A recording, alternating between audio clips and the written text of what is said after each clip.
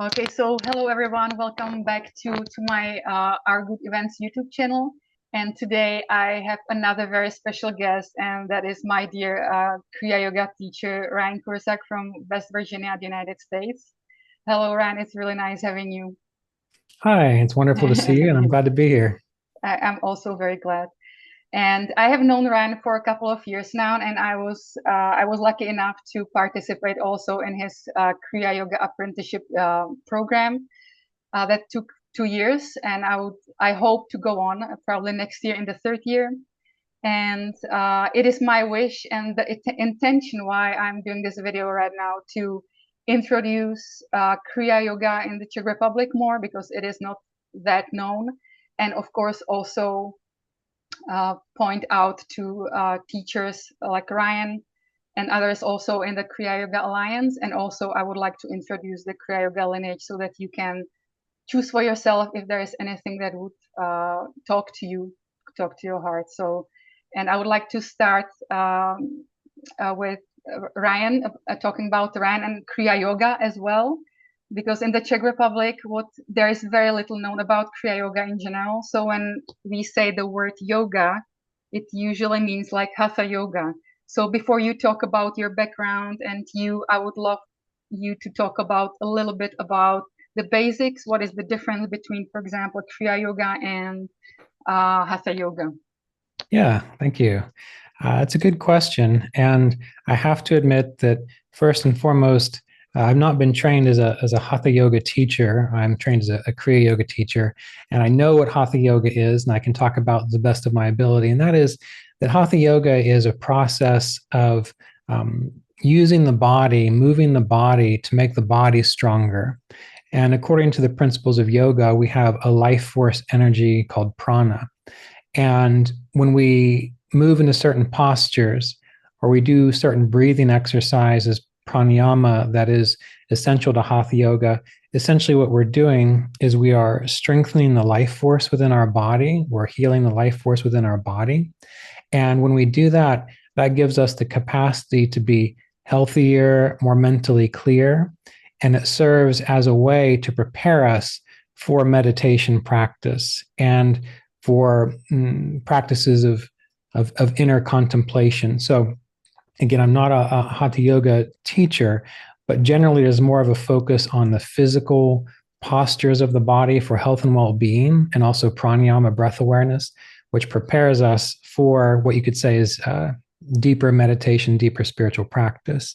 Now, Kriya Yoga, Kriya means action, and Kriya Yoga encompasses Hatha Yoga. So we do practice postures and routines and pranayama and breath awareness so that we're as healthy and strong as we can be.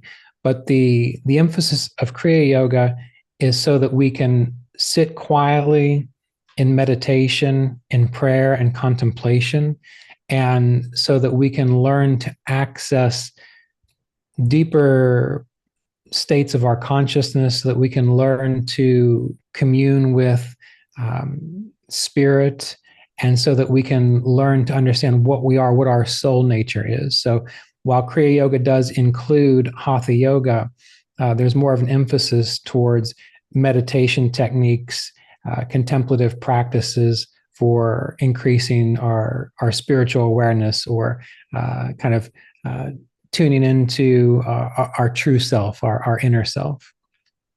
Excellent. So it is more, the aim more is really to get to the core, to the essence, and the Hatha Yoga is more like a support, physical support, to be able to sit long in meditation, be healthy, and so on and so forth. But Kriya Yoga is more about spiritual awakening. Yeah, right? yeah. Hatha Yoga can be that too, but Kriya Yoga takes it more towards the meditation path. Okay, very good. And how long have you been with Kriya Yoga practice, Ryan? For how many years have you been practicing, and how many years have you been a teacher, and how many years had you been a student, and of whom? Yeah.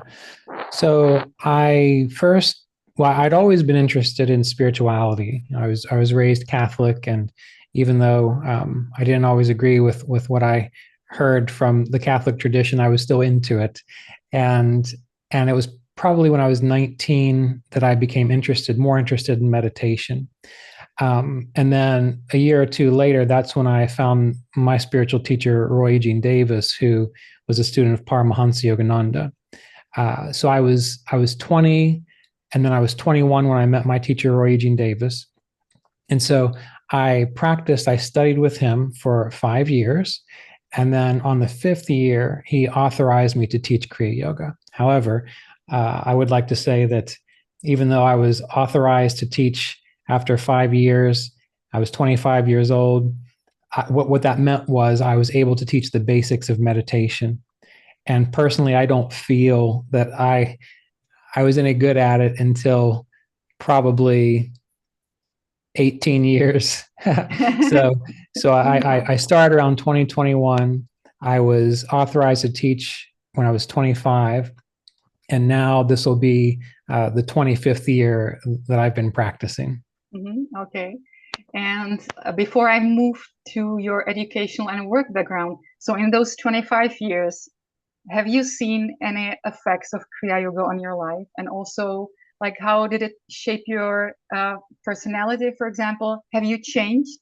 How have you changed in those 25 years, for example? Because you said like you have been evolving as a teacher also. Yeah. Well, I forget what I was reading. Whose quote was that? But there was a quote I was reading that said, if you see the world at the age of 50 as you did when you were 20, then you've wasted 30 years of your life because you haven't grown or changed at all. According to probably people I went to high school with, I'm a lot nicer than I used to be. So were you like more introvert or fanatic or stuff like this, or? I was an introvert, but I also grew up in an area that was really athletically minded, and I was interested in music and counterculture. So I was probably one of 2 people that had long hair in the area, and I guess I was just a typical grumpy outcast. But other than that, and I actually did meet someone probably about 10 years after I began practicing Kriya Yoga who I knew in high school, and I hadn't seen this person in 10 years. And as we were sitting there having tea, she actually looked at me and said, are you okay? What's wrong with you? I said, nothing. She's like, you're smiling so much. I've never seen you like this before. But I didn't recognize it because it had been 10 years. And so I just changed gradually. But anyway, back to your question. Yeah, I've experienced many changes over those 25 years. You know, my personality clearly has become a little more pleasant. I've become a little more settled. When I first got interested, and why I was always interested in religion and spirituality was because I wanted to know why the world was the way it was. Why is the world like this? I was always kind of a philosopher. And when I first discovered Kriya Yoga, it occurred to me that this is the way to do it. I really didn't know how or why it was the way to do it, but there was an inner sense that this is going to help me answer my philosophical questions, my spiritual questions. And so I would certainly say over the past 25 years, my own inner questioning, my own understanding of my relationship to life and even divinity has changed a lot. And I am comfortable in this world. I'm also comfortable with a sense of what is beyond this world. And I feel that because of the practice, I've been able to integrate that, meaning, I guess some people could say I'm a bit of a spiritual fanatic, but I don't think so. I'm able to relate to people, everyone. And I'm also able to have a very sincere and dedicated meditation practice. And ultimately, the way it's changed me is it's gave me a greater sense of inner peace. And I guess the best way I could put it would be kind of a connection to the wholeness of life. Now, there might have been a little more to your question that I forgot. What didn't I speak to there? No, I think you said it nicely. Okay. Basically, you answered my question there, basically. Yeah. Okay, very good.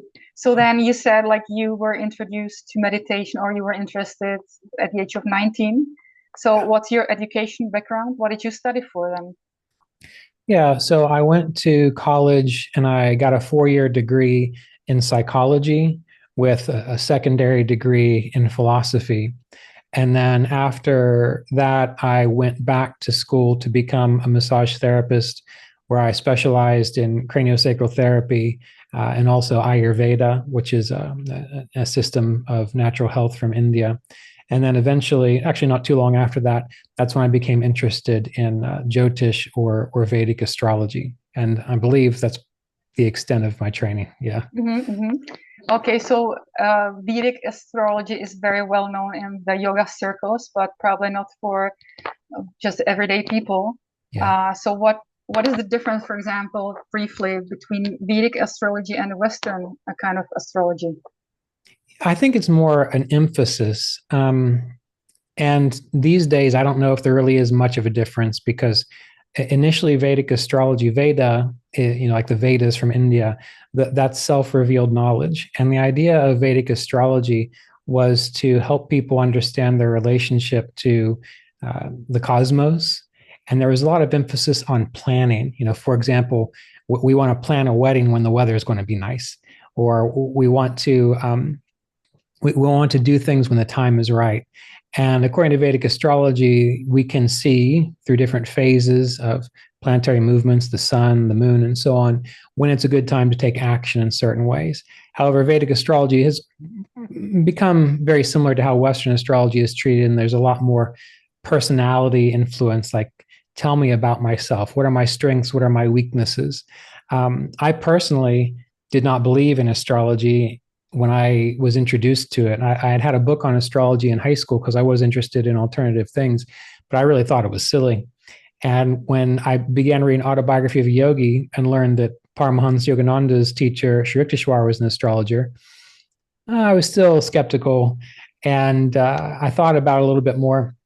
And I eventually had an astrology session with a Vedic astrologer who didn't know me, never met me, lived completely on the other side of the country. And I was really fascinated by all the things that this person knew about me by looking at my birth chart. And so then I decided, well, okay, I'm going to look into this. And pretty much the entire time I was studying astrology, I was skeptical. And even now, one of the reasons I like Vedic astrology so much is because every time it works, I'm surprised. And I know that sounds silly, but it's kind of fun when you're doing something and you're thinking, well, I don't know if this is going to work. And sure enough, it does. So my approach to Vedic astrology, I use it. I use it in my practice. I teach it still. But mainly I focus more on like timing of events. Like, for example, there are better times to open a business. There's a better time to start a spiritual practice. There's a good time to publish a book. There's a good time for everything, really. There's a good time to have a surgery, all these things. And I use it for that. And I also use it for understanding relationships, because each of us have like a molecular structure. That's why we're all different. I mean, we can't argue with that. Each of us have a different personality. We like different things make us angry, and so on. And when you look at a person's chart, you can get a sense of, well, who is this person? What do they like? What don't they like? And you can see how are individuals going to function together. For example, in the Kriya Yoga apprenticeship program, on the application, I request students to give me their birth information. And I do that because it helps me see how well we're going to get along. It helps me see, are we going to actually have rapport so that I can share information and it'll be understood. It also helps me to see, where is a person at in their life right now? Because sometimes it's not appropriate for us to go off and start meditating and practicing yoga. Sometimes it's appropriate for us to take care of our children, build a business, and so on. So astrology, and Vedic astrology in particular, really just gives insights into who we are, the timing of our lives, and things like that. Mm-hmm. And now I have a philosophical question a little bit. Yeah. And that's, for example, if you then see that the person reaches out to you and you see in the chart, well, this is not the best time of his life to start this kind of practice. But what if in his development, he basically skipped some of those curves, and I don't know how else to say that in life, and maybe would be able to. So because this is my question always with astrology, because sometimes there is this way of being a conscious person that doesn't really completely fit into the circle of astrology, the wheel, I mean. So this is I wrestle with this question sometimes, because I like Vedic astrology, or I believe that when it's used for good purposes, like understanding oneself, it's brilliant. But then I'm always afraid, okay, but how about if I skipped my development in a way, because I really tried hard, and now I don't really I don't have to be the victim of the energy of the planets. So this is my philosophical question. It just occurred to me to ask you, what do you think about this? I think that's a very important point. And what I think about that is this. What you're saying is actually possible. However, my experience has been that a person really has to spend a long time doing some very serious inner work to rise above their chart. And so, for example, if within the application I see, well, this might not be the right time, and I see some other things there, and I reach out and I ask questions, and they say, well, I've only really been interested in this for about 2 years or something like that. More than likely, that's not enough time to work through a lot of those things that we're talking about. But if someone writes to me and say they've been, involved in self-development for 10 or 15 years, and then they come to the program and I see some issues within the chart and I bring it up, and I'll ask it very directly, and they'll say, oh, well, I did deal with that. I went to therapy for that, where I explored these other alternatives ways of dealing with the issue. And they say, I know what you're talking about, but here is what I did to work through that. So I don't necessarily jump to the conclusion that I see something and it's a problem. It's an indication. And this is a very important thing, especially practicing astrology responsibly. And that is, if you look at someone's chart that you've never met before and you make all of these judgments about them, if the person hasn't actually really worked a lot on themselves, more than likely, if the astrologer is good, they're probably going to be right 80% of the time. However, my experience has been that what I like to do is see what's there and then actually talk to the person, because the astrologer client relationship is very important. And it's not like, it's no different than any other relationship in that you build rapport with it. So when I see someone's chart and then I'm able to talk with them and get a sense of, well, how have they handled these things? That's really where you see the full impact of Vedic astrology. So I don't mean in any way to say that we just make a judgment on some pieces of paper. The astrologers that I know, that I have trained, you can come to your assessments, but you have to confirm it by actually talking to the person. Okay, thank you. I'm relieved. Very good. Because this is always the only issue I have with astrology, and it always. I have plenty of issues with astrology, so don't get me started on that. And then that's the thing. Astrology is a very interesting science in that it works very well in different ways, but there's a lot of superstition about it. There's a lot of people who get involved in it who just want to be seen as an important person. So they make these snap judgments and they have a sense of power about it. And so when we look at astrology, we not only have to kind of consider what it is, but we also have to consider, well, what type of person is practicing it? Like, is this a person who's actually going to be thoughtful and work with you? Or is this a person who just wants to make proclamations and things like that? So it's like anything else, even with counselors. When you meet a counselor, some counselors are very good, very thoughtful, and they can work things through with you. Some just think they know the best way for you and they're going to tell you what to do. And we have to find the one that's best for us ultimately. Yes, that's a very good point. And I remember from Sri Yukteswar, actually, when he was talking about astrology with Paramahansa Yogananda, because he was also very much against astrology. He said, I can overcome everything with my will. So as Sri Yukteswar told him, it's very important that the person who does it is totally intuitive and a very conscious person, so that it's well done. So this is what you're basically saying. Yeah. And another thing, just from what you just said, I would like to ask, because I know you, of course, and I know why you support that a lot, but you mentioned it again, and I would like the listeners also to see. you mentioned that when people have some issues and you sense it or you see it in the chart, it's better to deal with it first before stepping into the meditation practice. Yeah. And my question over to you now is why you're supportive of that, and why do you think it is so important? Because usually what we see with some traditions or with spirituality, it's not about sometimes having, sorry to say, your shit together and then starting meditation practice. It's more about go for it. So, and I know also Roy and this type of lineage, you support it a lot, being in balance with your psyche, with your soul, with your mind. So why do you support that so much? You know, we can think about, for example, I think you told me one time that where you are, there really isn't. Did you tell me that there wasn't much of an interest in Kriya Yoga specifically, or that like spirituality in general kind of wasn't really a thing? I think in the Czech Republic, spirituality is a big thing, and there is no like one really big major religion. There are a lot of Catholics, but in general, Czech Republic people are very open. And today there is a hype about esoterics and stuff like that, like new agey stuff. So it's not this is not the problem, I think, but more people skipping the practice or skipping practical life and just jumping into some kind of airy unstable spirituality or stuff.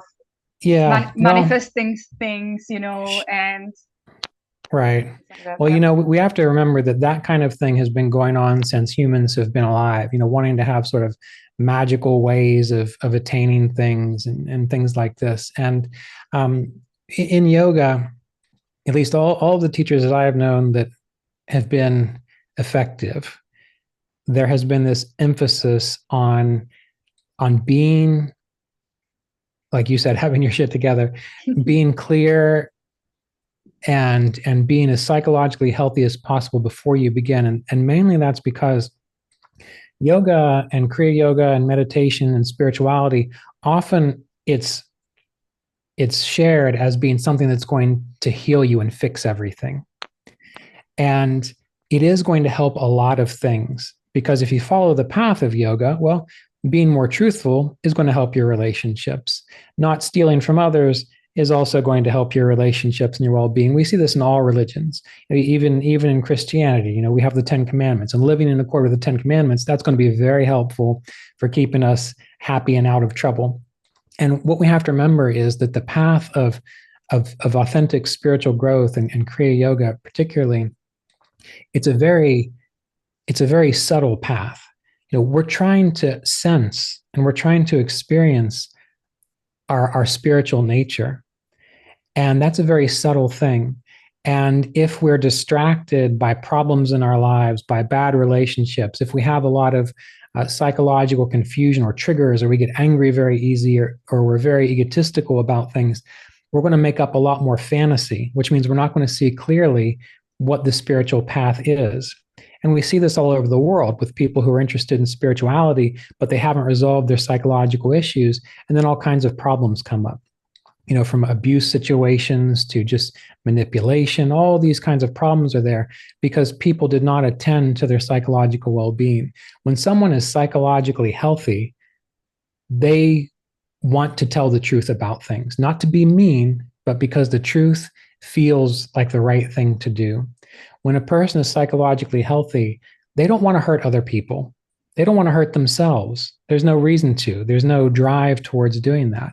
And so when you're psychologically healthy, you're not going to put yourself in situations. For example, one of the difficulties with spiritual practices, with yoga, with traditions like this, is people get caught up in teachers who are manipulative, who are harmful. And it's not just in yoga. I mean, we see it like in the Christian church as well.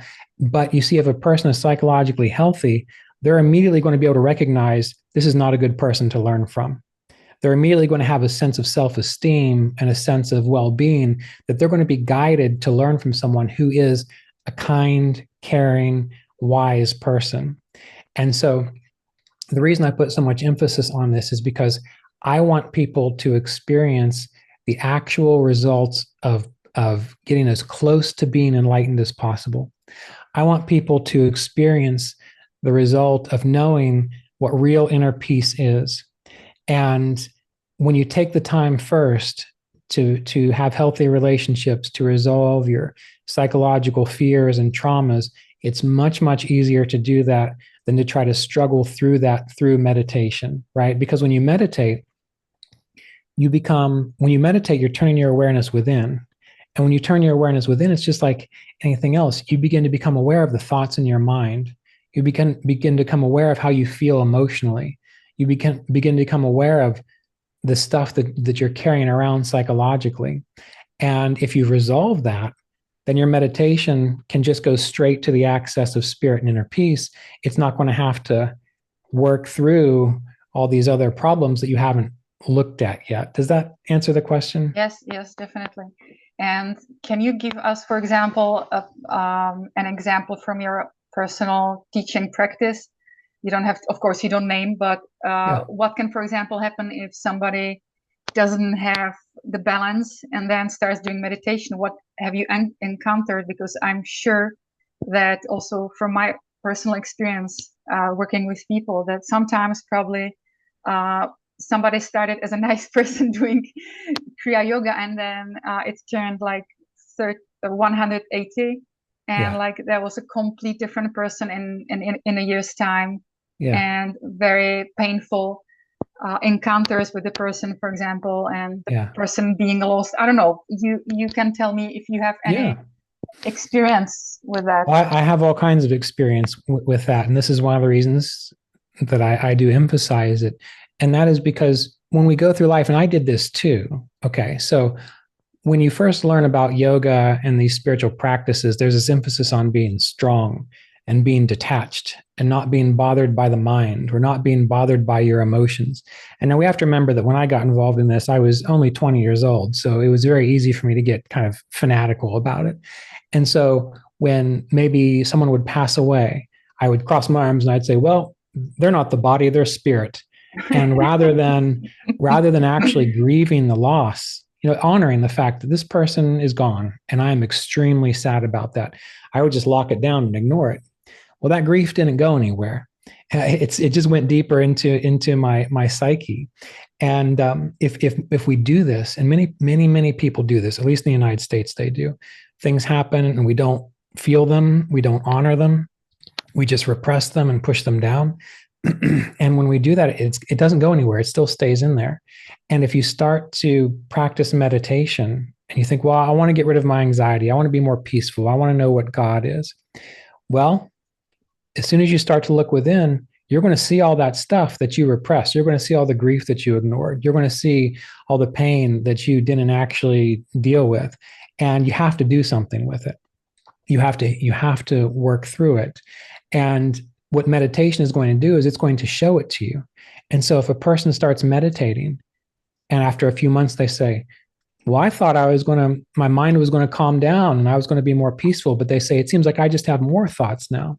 Does that mean meditation is not working? It doesn't. It means it's actually working, because now the person is aware of all the stuff that's going on behind the scenes, back in the background of their mind. And they can continue to meditate and practice pranayama, and it can help to resolve it. But some things are very big things. And that's why I always recommend my students to work with a counselor or a therapist. And if that comes up and it becomes consistent, if you meditate and you feel like, wow, I'm actually more sad now and I don't know why. Well, what's happening is the meditation is revealing to you, you have a sadness inside and you have to find out, why is that? Did your mother pass away when you were 8 and your dad didn't let you cry? Well, you need to work through that. Maybe you feel very alone. Well, were you abandoned when you were younger, or had you been in a relationship and someone cheated on you and it really hurt deeply, but you were strong and you went through it? Well, as you meditate, if you haven't worked through that, it's going to come up.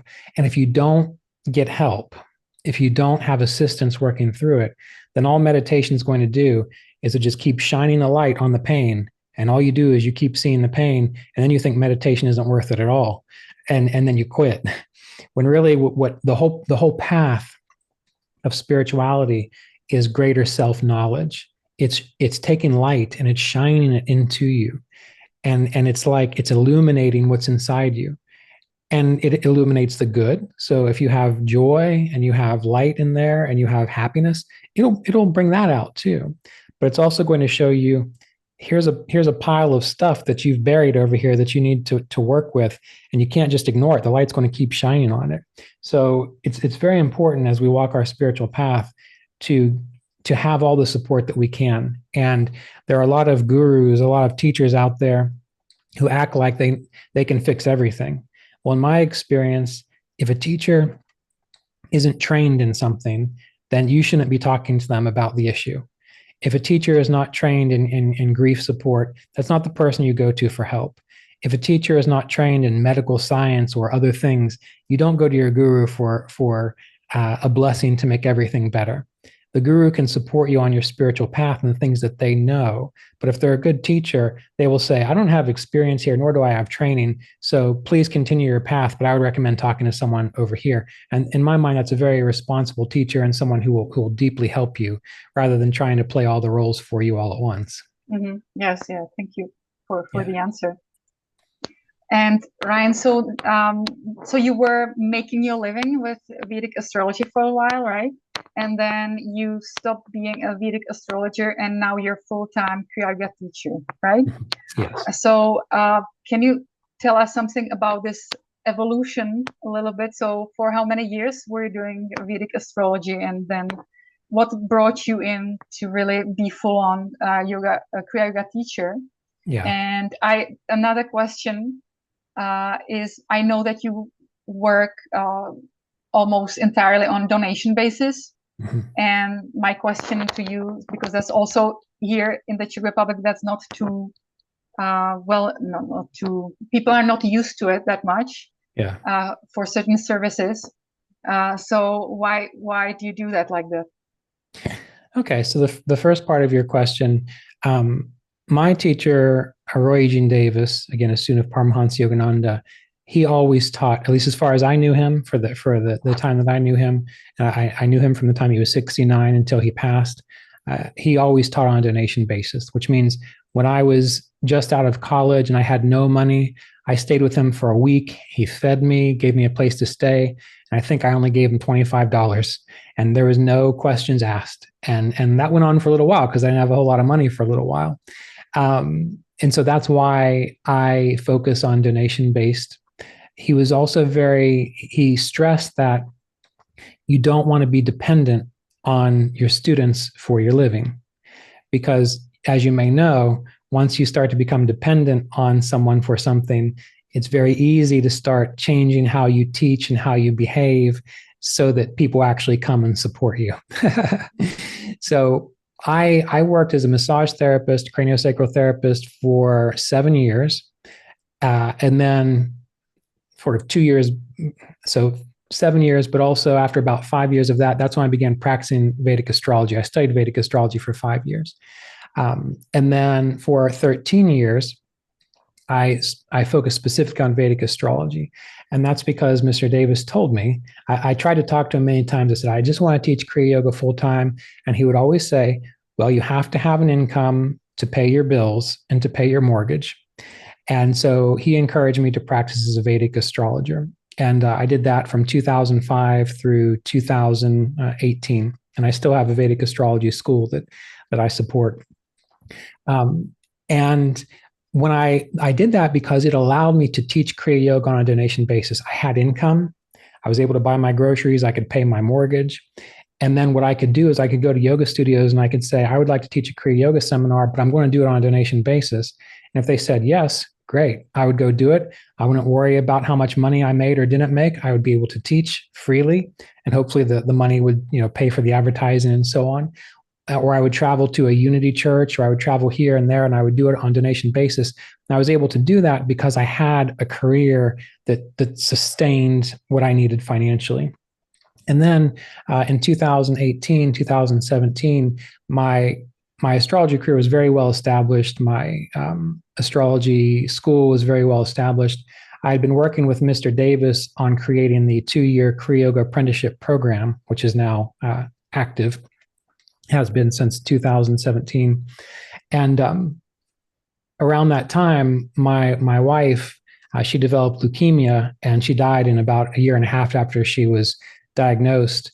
And after she passed, she was a Kriya Yogi as well, and she passed with lots of grace and lots of dignity. And for her, it was a very profound spiritual experience, and it was a very profound spiritual experience for me. And after she passed, and a little bit before that, I was really feeling that it was time to focus more so on Kriya Yoga. And I had wanted to actually move away from where I lived, which was a very high cost of living place, and find a place that cost a lot less so I could just do Kriya Yoga and teach on a donation basis. But then my wife passed away, and I'd met with Mr. Davis several times. And the first time I saw him after she passed, as soon as I walked in the door, he said, "Well, I'm surprised you haven't taken up the orange robes." And what he meant by that was he's surprised I didn't renounce the world and become a Swami. But he knew that I had kind of already done that internally. And as I walked around the grounds of the retreat center, as I talked to Mr. Davis, I continued my own spiritual path, because even through her illness and even through the grief, I still meditated every day. I still practiced every day. I was not, that did not shake me from my spiritual path. And I began to recognize more and more how important Kriya Yoga was, not only for my own personal development, but for my late wife's development, how meaningful it was for her, how it allowed her to pass in such a graceful, lucid way, and how she treated her experience with illness as a sort of a spiritual process. I saw how important Kriya Yoga really, truly was. I'd always known, but this really brought it home to me. And so 6 weeks before Mr. Davis also passed, he died 9 months after my wife did, but 6 weeks before he passed, I went and visited with him. And it was just like every other visit. There was no indication, at least that I could see, that anything, that he was not going to be there in 6 weeks. And we just talked like always. We talked about the future of the Kriya Yoga tradition. And I told him, I said, I'm ready to retire from my astrology practice, and I'm ready to teach Kriya Yoga full time. And he didn't hesitate. He didn't tell me, well, you need to pay your bills. He just said, that sounds like a good idea. And that was it. And after that, I did end up moving away from where I was living, and I moved to a part of the country which the cost of living is extremely low, at least compared to where I was. And by that time, my people who knew me as a Kriya Yoga teacher had grown such that I was able to just simply live based on the donations, and it was fine. And so that's when I decided to start doing that. And that was about 7 years ago. And even to this day, while the ministry that I have is supported primarily on donations, if that didn't work anymore, meaning if the donations got less and I wasn't able to pay for the lights and eat and these kinds of things, I'm not going to start charging people money, nor am I going to start begging people or anything like that. I would just go get another job. I've made a joke about that before. When I've been on retreat, I really love pizza. And I like going into pizza shops for some reason. And I've often thought to myself, I'd like to work in a pizza shop. I'd love to make pizza. And so I make the joke that, for example, if the donations weren't working out anymore, I'd continue doing what I was doing, but maybe I'd go work in a pizza shop, just like I did when I was an astrologer. So I don't know if that completely answers your question, but that was the trajectory of how it works. And even with people that I know that serve as a representative of the Kriya Yoga tradition, I encourage them to serve in that same way, to offer on a donation basis, free even, however it works best, but don't be dependent on people for the donations. And if you need to have maybe another career that brings in the resources so that you can continue to work freely in that way. That's very important for me. Yeah, thank you very much. That's a very nice answer. Yeah. And you mentioned Roy, and how was your relationship? Like, what did it look like? How did you feel in the relationship? And also, sometimes when we have some teachers or people we really look up to, we are sometimes also childish. Like we want to kind of challenge the people or belittle them, you know what I mean? So that we don't feel that small. So did you have anything like that, at least as a process going on inside you, even though you loved Roy? Was there also something that was challenging for you to accept, or you were fighting with? Because sometimes, you know, people also imagine you always have to be a smiley little student, and you always have to and they feel really bad if there is some kind of inner resistance. So I just want to show everyone that how you had it, like if it was like that smooth, or if there was some bumps on the way. There were a few bumps, but not that many. And mainly, I feel very fortunate because I met Roy again when I was 20 and he was 69. And this is an interesting topic because I struggle with this in general with just people because in my mind, I've always been the type of person that if I saw someone who knew something or could do something that I wanted to do, I would just go have them tell me how to do it. I wouldn't question them. I would just say, you know what you're doing, so I'm not going to argue. Just tell me what to do and I will do it.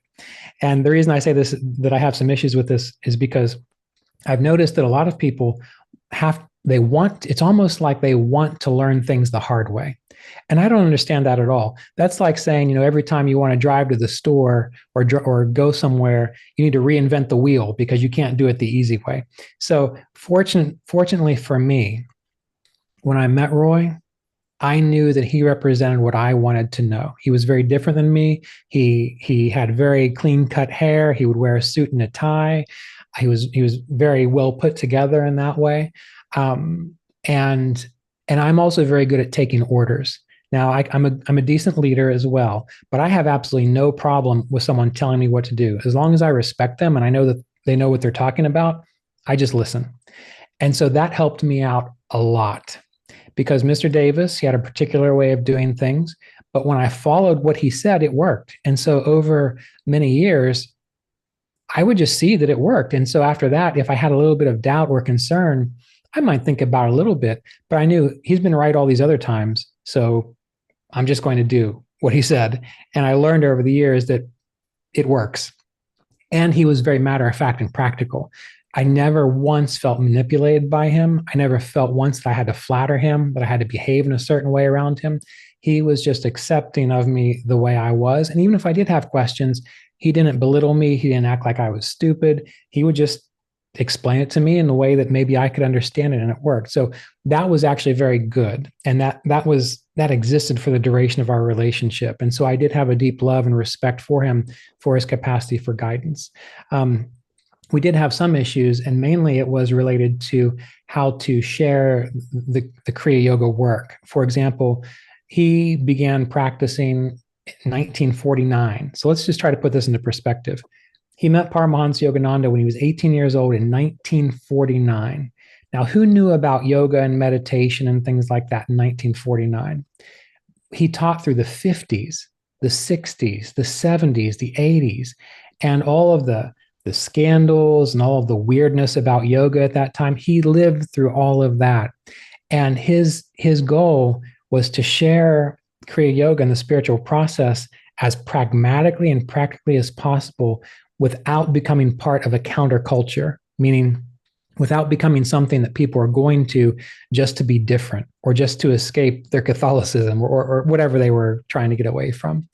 And so he was very matter of fact about it. And so he didn't do anything fancy. He didn't make up big stories about people meeting beings of light or different planes of existence. He didn't create all these different things to attract people to him. He just taught it how it was. And so me being young, especially where I lived in Asheville, North Carolina, which was a very new age center, I thought to myself, this isn't going to work here. We need to be a little more flashy. We need to have a little more pizzazz, which personally I'm not really into, but I wanted the center to work, and I wanted Kriya Yoga to reach more people. And so we would butt heads about that. I would say, we have to do a kirtan, we have to do some devotional chanting because people will come. And he would say, well, we don't want people to come just because we want them. We don't want people to come just for the music. We want them to come because they're sincerely interested in waking up. And so I had a little bit of a wrestling of that with him. Not much, because deep down inside, I really understood why he was the way he was and why he approached it that way. But I really wanted it to succeed. And so I felt like I kind of had to play the game a little bit. And he didn't let me play the game at all. And as the years went by, though, as I look back, the thing I regret is that I regret not just listening to him again, because he's right. And he was right in that when we approach spirituality, we don't need to fancy it up. We don't need to market it. We don't need to try to attract people to it, with gimmicks and things. We just need to be sincere about our path. And when we do that, then our own consciousness becomes clear, and we actually attract and affect people who are really interested in clarity, not entertainment. And so I wrestled with him for that. I also had some issues with him because he wanted his ministers to be clean cut, no long hair, no facial hair. He didn't want any tattoos or anything. He didn't want that at all, because he didn't want people to be drawing attention to themselves, right? He didn't want the ministers to be appealing because they looked cool, right? And so we wrestled with that. And there was about a year and 3 months where I had a real issue with that, and he had a real issue with that, and we didn't talk for about a year or so. And finally, my late wife Melissa, she's like, "This is enough. This can't keep going on. You just need to go talk to Roy," because she was his student, and so was I, and it was kind of painful. It's like being away from a father that you dearly love, right? You don't want to do that. And so the funny thing that happened is that I was honest. I took a sabbatical. Take some time to reflect and so on. And during the sabbatical, we came to the conclusion that it's better for me to be an independent teacher, which means that I'm still his student and he still supported my ministry, but I wasn't a minister under his organization, which means I don't have to wear the suit and the tie and cut my hair and so on. And I was very concerned about that. But then I messaged him one day and I said, "Look, I'm coming to visit." And he said, "Okay." And I came down to visit, and it was like nothing had changed. He just looked at me and said, "I'm so happy to see you." I sat down, my hair was long. I had a little bit of facial hair. I think I just got my first tattoo. And I was afraid of how he was going to respond to that. And oddly, what he said was, "Well, I'm glad you finally grew up spiritually." And I thought, what are you talking about? And he never really went into it anymore. But my only speculation is he was glad that I finally just decided to be who I was and quit trying to pretend to be him, because that's what I was trying to do. For 10 years, I was trying to be Roy. I was trying to look like Roy, dress like Roy, talk like Roy. And what he was concerned with wasn't that. Ultimately, what he was concerned with was that I was able to share knowledgeably what he taught. And I never deviated from that. I never tried to entertain people, really. I mean, every now and then I might tell a joke, but I never tried to entertain people. I never tried to tell fantastic stories. I share the way he shared things. And so after that, our relationship actually got much deeper. We saw each other more often. We seemed to understand each other much more. I just can't even really explain how the relationship changed. So to answer your question, there were some issues, but they were actually very superficial issues. They weren't, I was not raging against an authority figure, nor was I trying to challenge him, because ultimately deep down inside, I felt like what he was sharing was correct. Like my heart told me that if I listen to what he's sharing with me, I will learn what he knows. I will learn to wake up spiritually. So the actual issues were more just silly things. And even later on, a few years later, I had told him I was sort of over the long hair and things. Clearly not, because I've still got it. But I told him, I said, if you want, I'm happy to cut my hair now. I'll even get rid of the tattoo if you want, if it would help. If it would help me to become part of the organization again. And what he said was, which was really fascinating, he didn't hesitate. He said, he says, you're probably like me, and it's probably better if you follow your own inner guidance than it is to take orders from a board of directors. That's all he said. And I thought, well, that's interesting. And that was kind of foretelling of some things. But it was really interesting that he even though I became kind of outwardly different, he maintained a very strong support for the ministry that I had and have, so that was always fascinating. When I look back over the years now, I feel that it is very important to continue in the way he taught. And whenever I make a choice about what to do or how to do it, I always think back to, well, how would Roy approach this? And I don't struggle with it. I don't argue with it. I just feel like that's probably the right thing to do. So despite my somewhat rebellious looking appearance, I'm actually not that much of a rebel in that regard. That's a brilliant answer. Thank you very much. And you answered my question that I also had about why are you an independent teacher. So yeah. Thank you so much. I didn't have to ask you even, so you answered the question right now.